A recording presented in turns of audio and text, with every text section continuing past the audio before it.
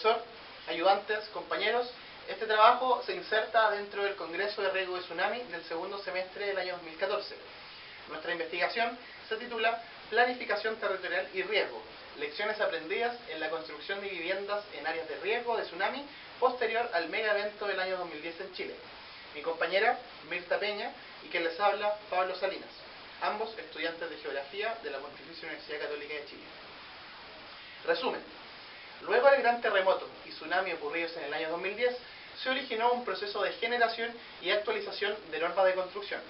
Por un lado, se desarrolló el anteproyecto de norma de diseño estructural para edificaciones en zonas inundables por tsunami NTM 007-2010.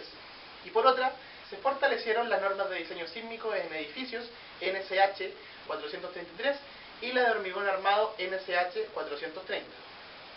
En materia de planificación, la principal lección que deja el evento del año 2010 es el desafío de avanzar significativamente en materias de planificación territorial, teniendo en cuenta que ésta no solo debe adaptarse de modo constante a las dinámicas de uso del espacio, sino además hacerse gobernable en el sentido de que tiene que incorporar a los distintos actores que concurren en un lugar determinado y que reflejan la diversidad de intereses presentes en la sociedad, actores a los cuales hay que hacer dialogar y o relacionarse. De acuerdo a Chuto, quien analiza el impacto producido por diferentes tsunamis en viviendas, existe una relación entre el tipo de construcción y la profundidad de la inundación, evidenciándose cómo las construcciones más livianas, madera y o similares, son los más afectados en comparación con las estructuras de concreto reforzado. La probabilidad de daño se incrementa rápidamente cuando la profundidad de la inundación local excede 2 metros. Siendo casi todas las viviendas destruidas cerca de los 5 metros. En tanto, cuando la velocidad de la corriente bordea los 2 metros por segundo, los daños comienzan a ser significativos, transformándose en destructivos cerca de los 4 metros por segundo. Dentro de las lecciones aprendidas desde lo normativo, se muestra en la carta número 1 el plano de inundación de tsunami del 27F en la ciudad de Talcahuano, el cual resulta de mucha importancia a la hora de planificar la ciudad en pos de mitigar los efectos que un futuro tsunami pudiera generar, teniendo en consideración las condiciones de vulnerabilidad de los asentamientos humanos e infraestructura.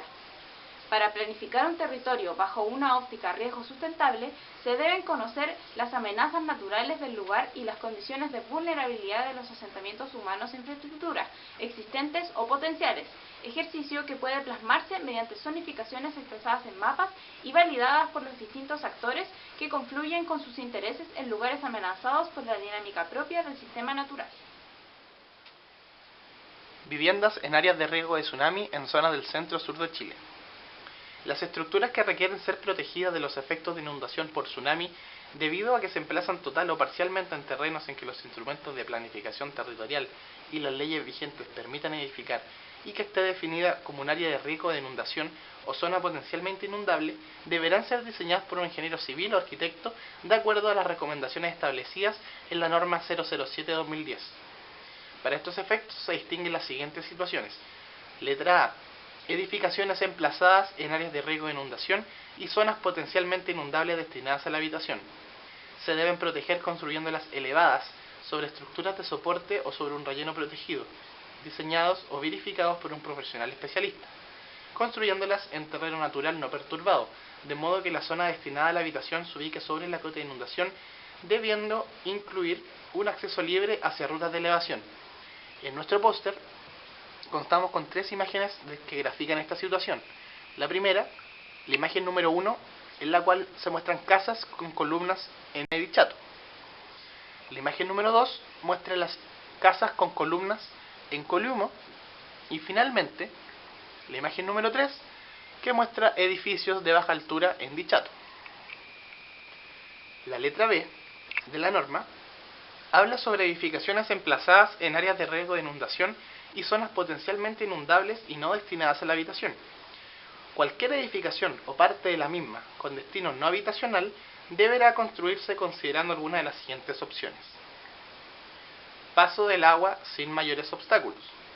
Estructura con componentes estructurales que tengan la capacidad de resistir cargas hidrostáticas e hidrodinámicas y los efectos de flotabilidad debido a la inundación. Tabiques colapsables bajo carga de tsunami que no pongan en riesgo la estructura principal de la edificación. Finalmente, la letra C habla de refugios de evacuación vertical a zonas seguras. Deben ser diseñadas de acuerdo a Guidelines for Design of Structures for Vertical Evacuation from Tsunamis, FEMA P646 de junio del año 2008. Conclusiones. Se aprecia un avance en cuanto a materialidad de la construcción, pero hoy aún persiste el emplazamiento de infraestructuras de tipo habitacional en áreas de riesgo de tsunami, lo que demuestra el desconocimiento y la falta de consideración de la recurrencia de eventos naturales extremos por parte de las comunidades y de las autoridades. Lamentablemente, Chile posee numerosos ejemplos de este hecho, evidenciando la poca capacidad de aprender lecciones de eventos pasados.